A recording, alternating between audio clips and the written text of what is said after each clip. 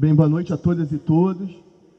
A gente começou aqui falando sobre a importância desse evento, né? A gente teve 134 trabalhos inscritos, 380 pessoas participaram desses 3 dias de evento. Foram mais de 14 eixos temáticos, com inúmeras discussões, que eu acredito são muito produtivas e enriquecem e dão a magnitude de que, embora a gente possa estar muito pessimista com os rumos da política, esse momento tenebroso, mas que dão um otimismo também para a gente perceber como que os assistentes sociais continuam firmes, atentos, fortes e criando novas estratégias para enfrentar essas múltiplas expressões da questão social. Então, eu queria dar boa noite novamente e dizer algumas palavras, né, sobre a ocupação dos ERJ e dos estudantes que compõem essa ocupação, que temos a honra de convidar para compor conosco a atividade do nosso 2º Congresso Estadual de Assistentes Sociais. De acordo com Lênin, no livro As Tarefas Revolucionárias da Juventude, a escola contribui para o divórcio entre a teoria e a prática. E já que o governo não faz a sua parte, os estudantes estão fazendo muito bem. Esse movimento de cidadania, participação, parece não ter volta. E com isso, vocês, estudantes, estão, acima de tudo, emocionando e inspirando pessoas que não viam luz no fim do túnel. Com o movimento de vocês, vários militantes estão se reencantando e renovando as energias para se engajar na luta nas diversas manifestações que ainda estão por vir. Força, meninos e meninas, não se envergonhem em sonhar e não fiquem constrangidos em lutar por outra sociedade. O que vocês fazem é um gesto de amor, um gesto revolucionário de quem acredita no papel social da educação. Por isso, em nome da diretoria do Conselho Regional de Serviço Social, quero saudar a luta, a tenacidade, a ousadia, a coragem do movimento de ocupação das escolas no estado do Rio de Janeiro, em especial daqui, e dizer para vocês que os assistentes sociais são profissionais presentes e profissionais de luta e que nós estamos juntos.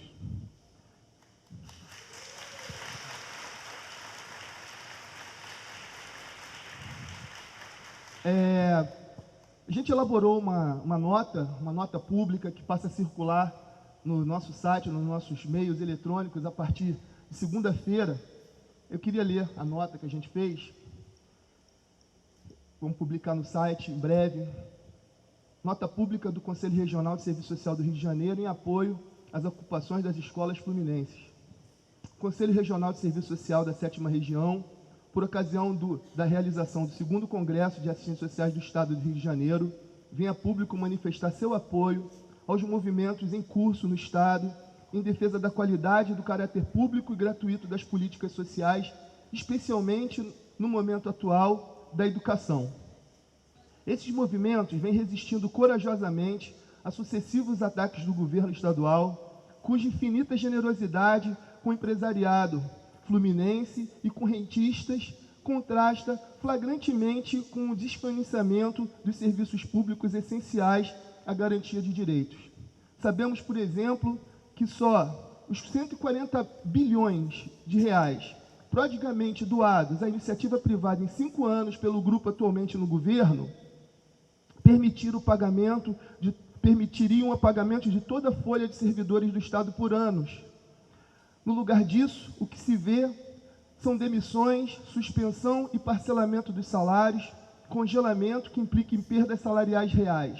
Tudo isso rebaixando a qualidade de vida dos servidores efetivos e terceirizados e afetando diretamente o trabalhador usuário do equipamento público.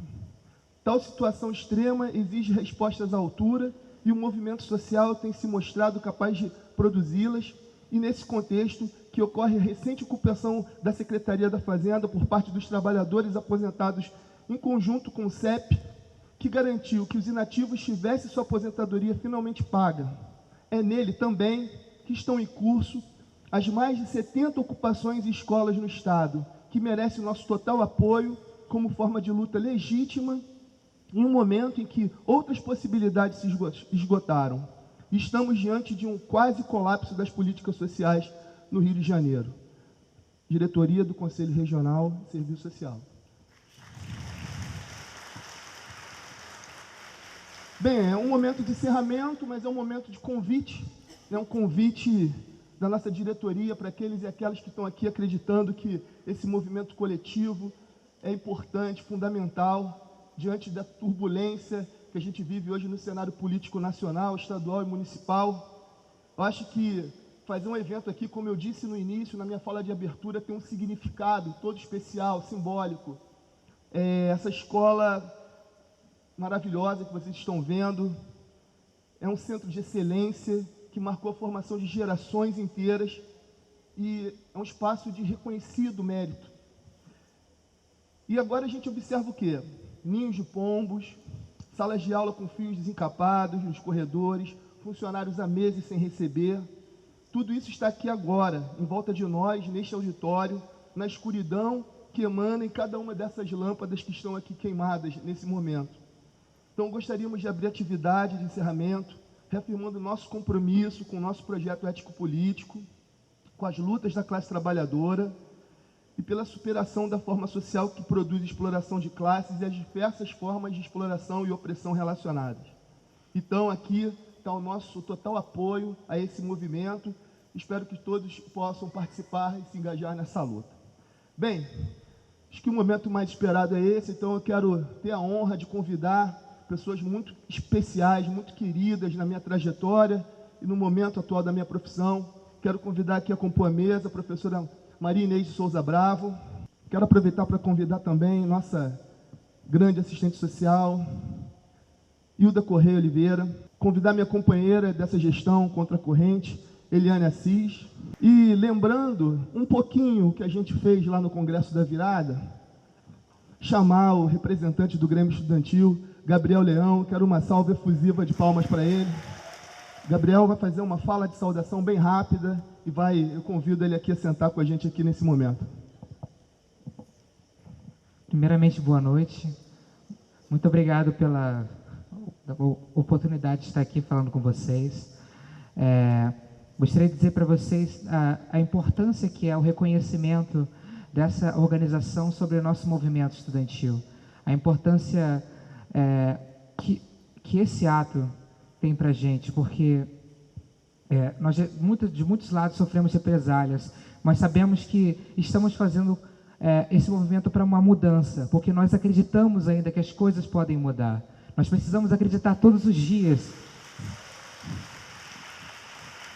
Ainda tem jeito, ainda tem solução, só que essa solução nós precisamos cada vez mais estar acreditando nessa mudança e lutando para que ela aconteça. Nós, os estudantes secundaristas e estudantes de várias outras organizações, como ensino superior também, estão lutando, sim, por um Brasil melhor, por uma educação melhor, por uma saúde melhor, porque nós merecemos. E nós acreditamos nessa mudança. E eu peço muito obrigado por vocês também acreditarem nos apoiando. Muito obrigado mesmo.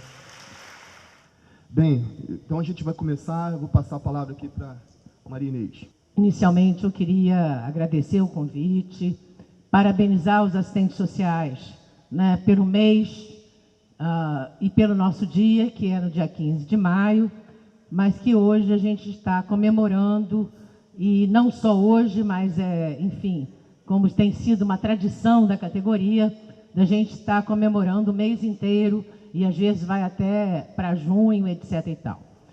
Gente, gostaria de agradecer o Conselho Regional de Serviço Social e falar dos 80 anos de serviço social, para mim é com muita emoção e com muita felicidade, porque realmente a gente participou, né, de algumas lutas coletivamente. Eu hoje estou vendo aqui diversos companheiros que participaram dessas lutas com a gente, e aí em diversos momentos da nossa trajetória, da nossa construção do projeto ético-político.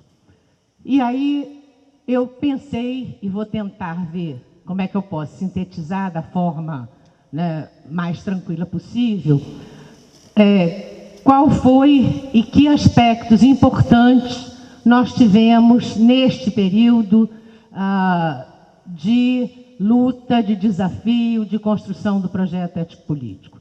Então, eu fiz uma periodização de tentar, inicialmente, discutir os anos 60, 70, depois ir para os anos 80, 90 e chegar nos anos 2000.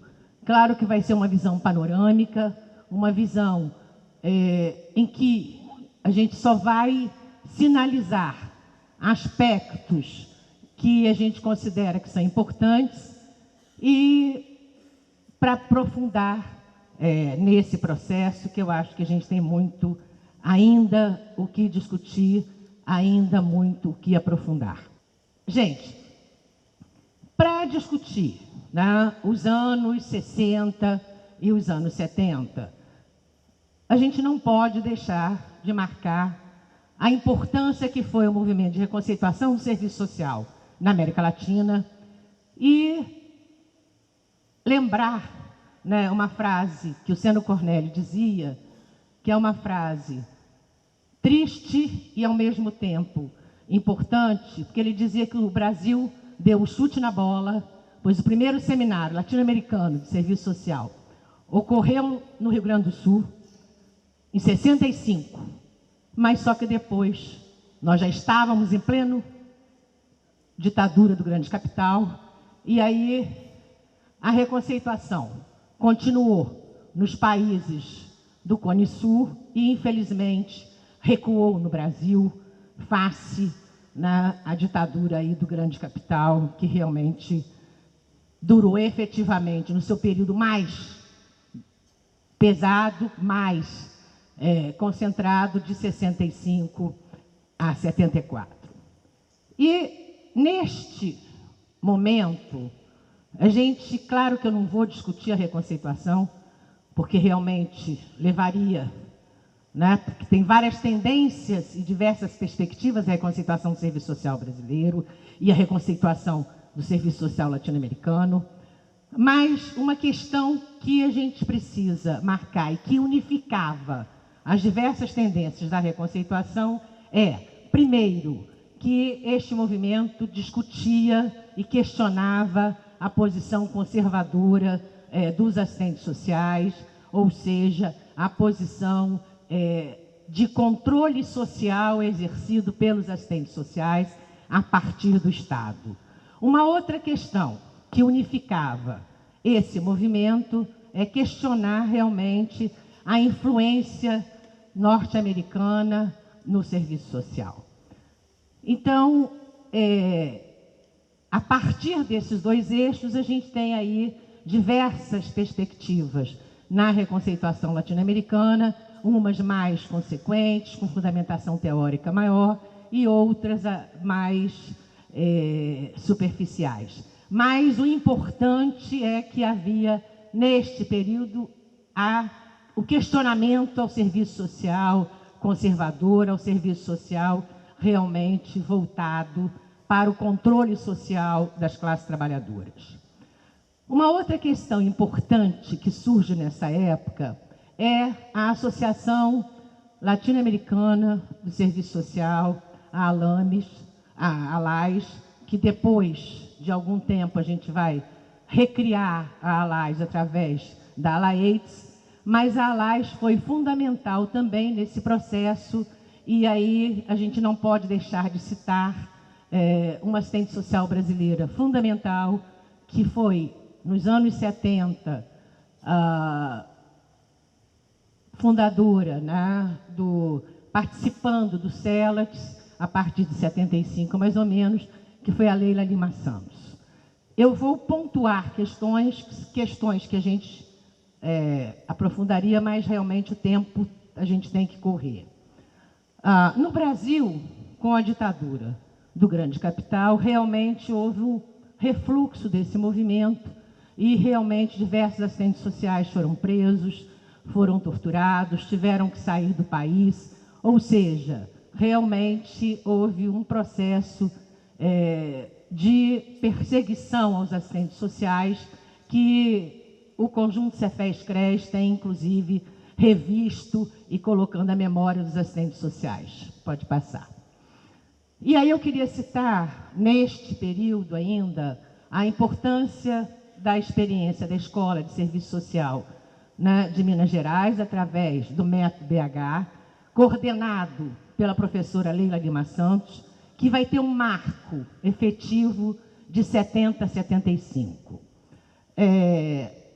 A introdução, né, dos programas de pós-graduação de serviço social, também neste período, tanto na PUC do Rio de Janeiro quanto na PUC de São Paulo. E aí eu tenho uma análise um pouco divergente de outras, que eu considero que, apesar dos cursos de pós-graduação, eles ainda serem, na perspectiva mais conservadora, principalmente a PUC do Rio de Janeiro, mas o que acontece foi que possibilitou a articulação dos assistentes sociais brasileiros, ou seja, dos assistentes sociais que vinham de diversos estados do Brasil e, consequentemente, foi fundamental para que a gente pudesse renovar, para que a gente pudesse democratizar a Associação Brasileira de Ensino de Serviço Social, que pudesse realmente recolocar a questão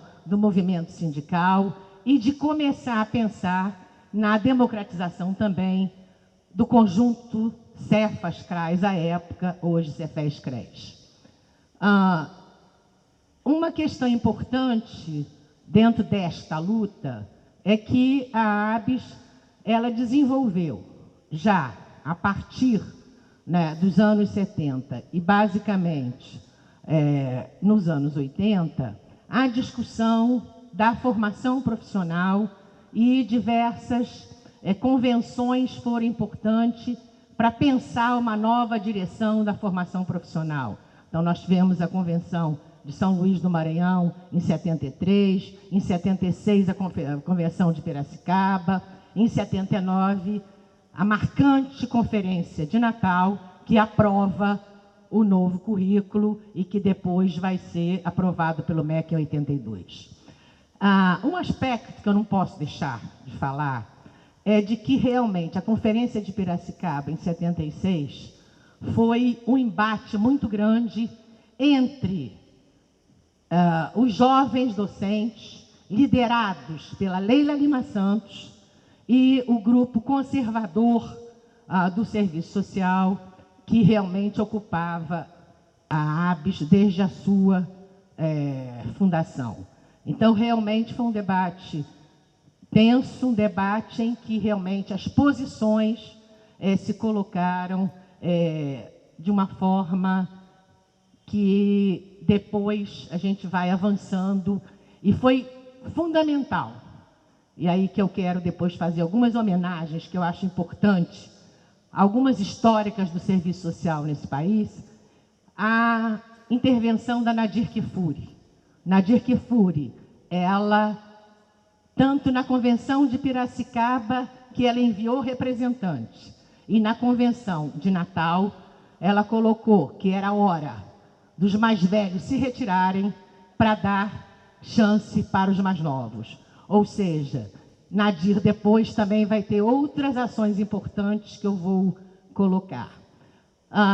Só um pouquinho, quer dizer, realmente acontece, como o Rodrigo já falou, em 79, o Congresso da Virada, congresso importante para o serviço social, em termos de firmar a sua posição, ou seja, um congresso articulado ao movimento de redemocratização da sociedade brasileira, congresso em que teve a presença marcante e fundamental da assistente social Luísa Erondina, que, conforme fez na virada, ela virou outro dia também o congresso, que eu acho que foi fundamental, e aí é uma das assistentes sociais importantes que a gente precisa não esquecer, né, do seu protagonismo no Congresso da Virada.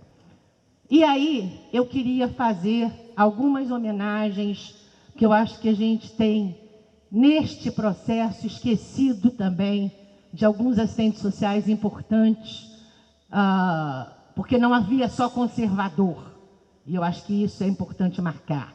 Então eu queria voltar a Nadir Kfouri, que além de ter sido importante na profissão, ela foi fundamental como reitora da PUC de São Paulo, de impedir que a polícia invadisse a PUC e realmente perseguisse os alunos. Então, a Nadir, ela teve um protagonismo importantíssimo, não só na categoria, mas também na ditadura do grande capital, contra a perseguição aos alunos e contra a invasão da PUC de São Paulo.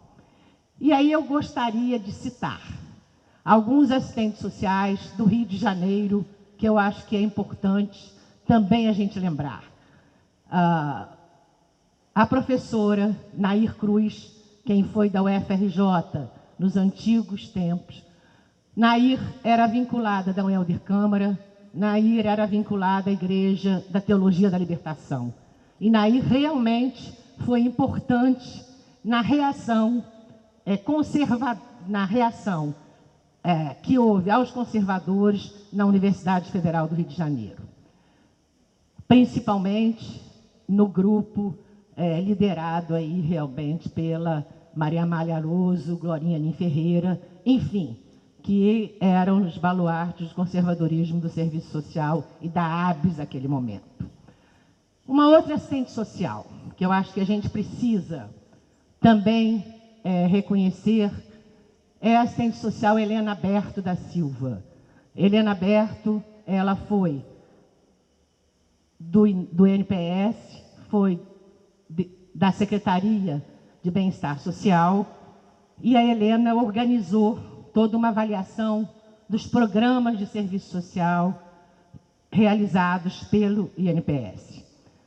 Helena, com a sua generosidade e com a sua participação, ela se engajou na segunda direção do CRES Rio de Janeiro, que dava uma visão progressista. Porque nós tivemos, em 80, uma gestão de transição, ou seja, realmente o CRES era muito conservador, então nós tivemos uma gestão de transição, mas na segunda gestão a gente já consegue colocar as propostas mais efetivas, e Helena participou com a sua experiência, com a sua coragem e com a sua humildade desta gestão em que basicamente a maioria eram jovens.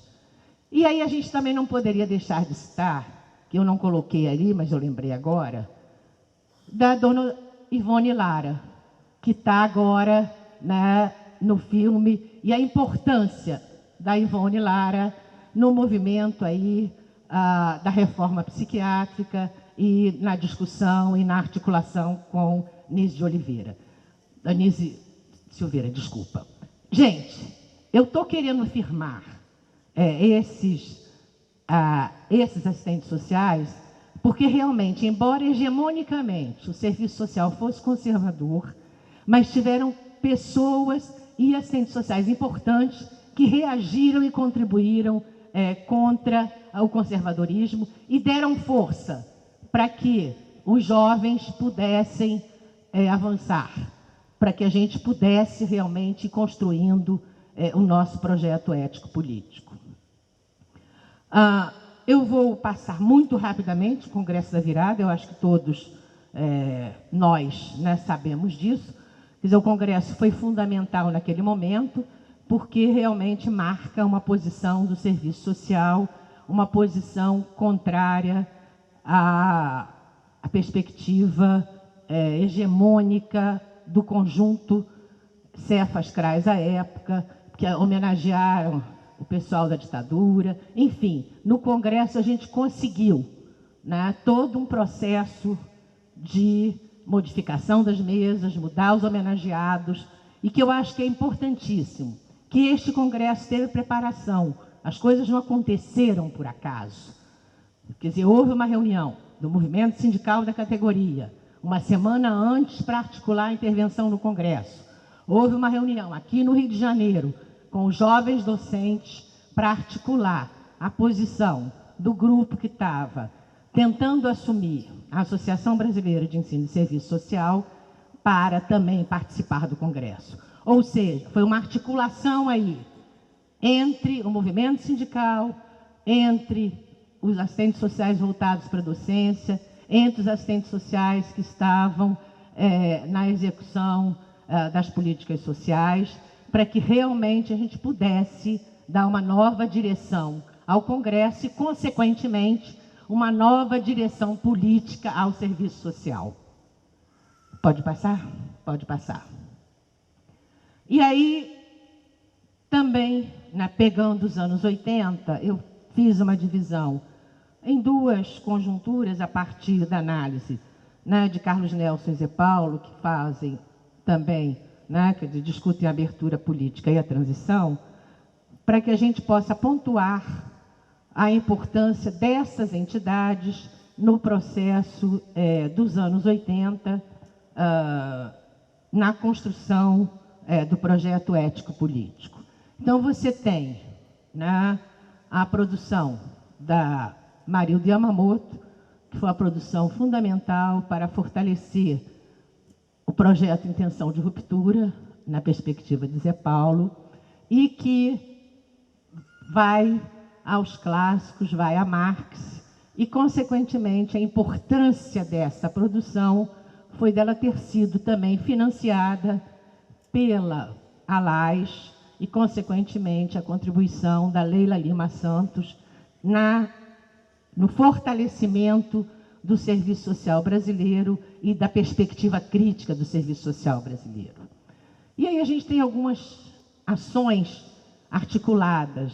A ALAS, que é o curso de política social em São Paulo, promovido pela ALAS Celat, e é neste momento, inclusive, que há uma revisão da perspectiva do serviço social altusseriana, que influenciou no início da reconceituação, e aí a adoção da perspectiva gramsciana no serviço social e na análise das políticas sociais, discutindo que realmente as instituições, as políticas sociais eram espaços contraditórios e não reproduzindo a perspectiva altusseriana que dominou o início da reconceituação do serviço social. Nós temos, quer dizer, o fortalecimento das entidades da categoria, o fortalecimento, a democratização da ABS. A gente brinca até hoje, que quem é da ABS sabe disso, que a gente tem uma plenária, ou seja, a diretoria composta por vários membros e, consequentemente, cada regional também.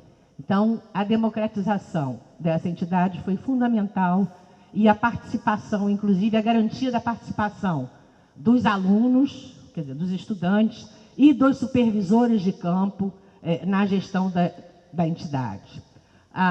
O movimento aí de renovação do conjunto Cefas-CRAS, Cefes-CRES hoje, com a primeira chapa do Cefas em 83, chapa essa que era comandada pelo Nelson Suzano, de São Paulo, e realmente diversos companheiros do Rio de Janeiro, e eu também tive a honra de participar dessa chapa. Temos a criação, a realização do Enéas em 78 em Londrina, e antes realmente teve o congresso em 79 da UNE. O que a gente vê já na transição à democracia, que essas entidades elas vão se fortalecendo nesse período. Então, a gente tem a criação do CEDEPS, que é o Centro de Documentação e Pesquisa, e aí foi um momento difícil no serviço social, principalmente quem militava na ABEPS, que foi de um grupo mais elitista, vinculado aos programas de pós-graduação do serviço social, quiseram criar a Associação de Pós-Graduação do Serviço Social. E havia uma posição contrária da ABEPS, de que realmente a ABEPS teria que pensar na graduação e na pós-graduação. Então, não poderíamos ter duas entidades e aí, consequentemente, fortalecer o elitismo que estava colocado à época. E a gente conseguiu, com a criação do CEDEPS, depois mudar, inclusive, o nome da entidade. E eu tenho que correr. Então, vamos embora passando, que eu acho que nos anos 90, realmente, a gente tem, né, todo um processo complicado, alterações aí e mudanças a partir do neoliberalismo. Pode passar, Juliana. Com impacto nos movimentos sociais. Mas o que é importante ressaltar, pode passar, que a gente continuou, na década de 90, aprofundando o projeto ético-político, criando a Enesso, e realmente com discussões aí com relação ao desafio os desafios para o profissional, e, consequentemente, a gente tem importantes conquistas nos anos 90, que é o Código de Ética.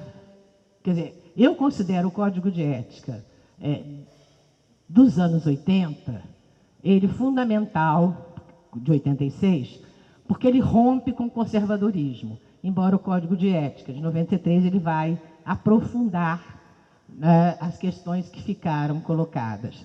Como também eu acho fundamental a posição das diretrizes das diretrizes curriculares, né, do serviço social, ou da proposta do currículo dos anos 80, e o aprofundamento que a gente vai ter nos anos 90. Eu acho que não dá para a gente apenas valorizar o que aconteceu nos anos 90, sem levar em consideração os embates sérios que tivemos nos anos 80. E aí, a questão dos anos 2000, e aí eu vou passar rapidamente, que eu não queria deixar de colocar alguns desafios que eu vejo que a gente tem hoje.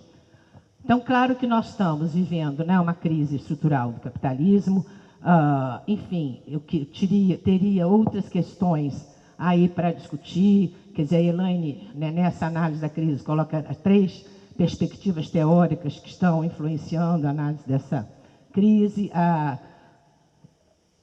Ivanete coloca que realmente a crise não é conjuntural e não será, né, superada a curto prazo. Enfim, que é uma crise realmente de superlucros e superacumulação. Pode passar?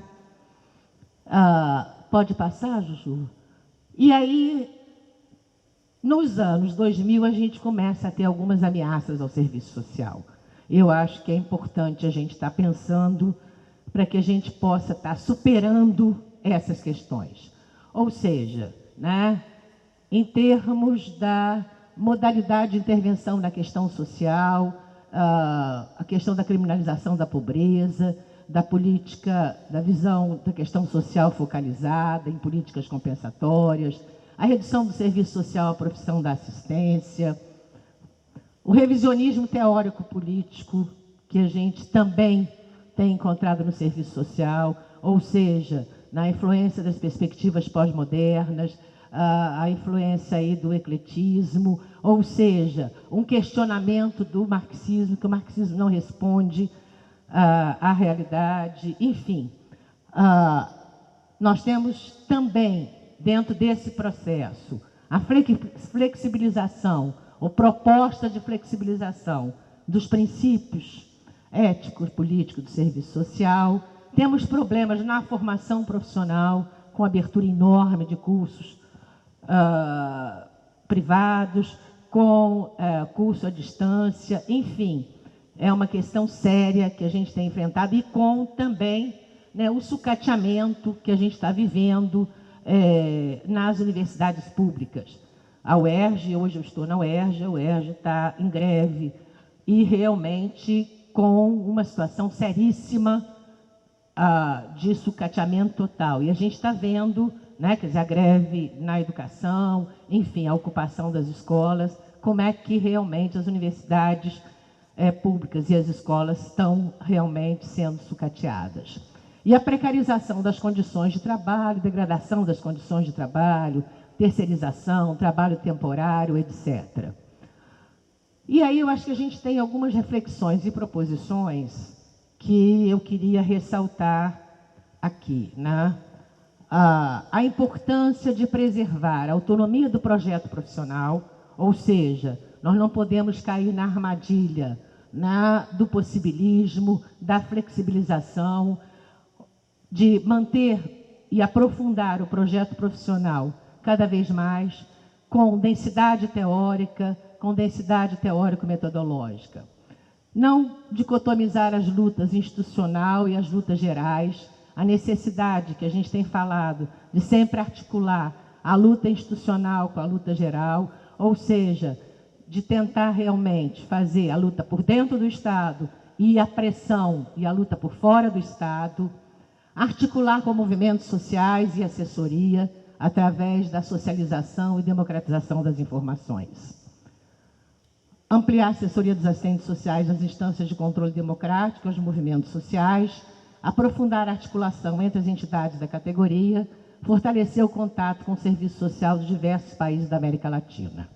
E aí eu queria parar, porque eu acho que neste momento, que nós estamos vivendo uma conjuntura seríssima, neste momento em que as ameaças aos direitos sociais, as ameaças, a criminalização que está havendo com relação aos movimentos sociais, as ameaças aos direitos, o ajuste, eu acho que é fundamental que a gente reforce a atuação dos assistentes sociais junto aos movimentos sociais, a ação dos assistentes sociais, articulando com os conselhos de política e direito, com os movimentos sociais, na assessoria.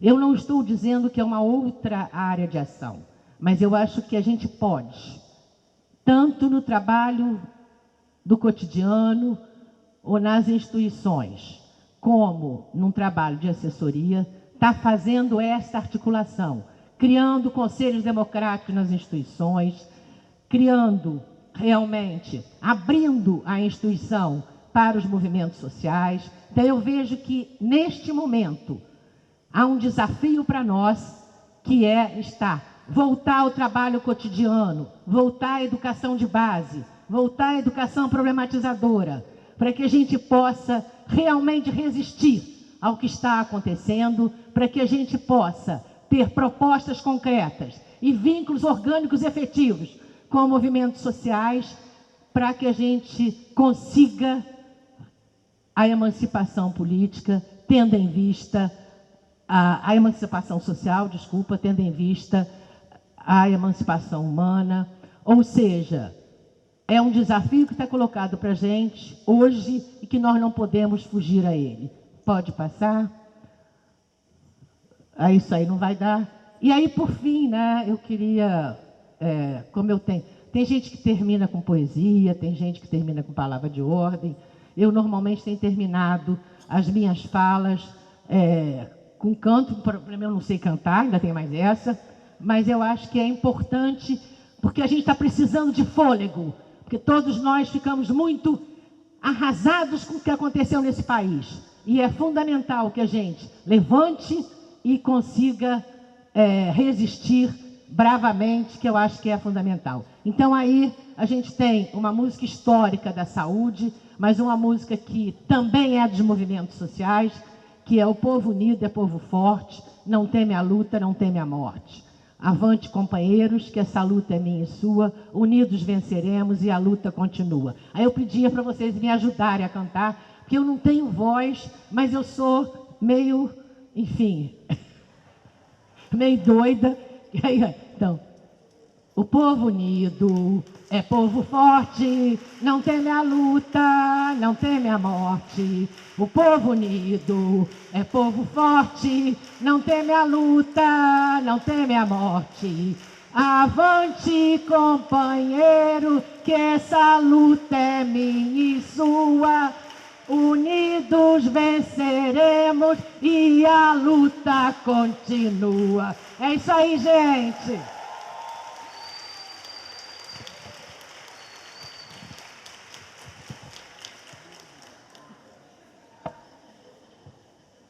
Bem,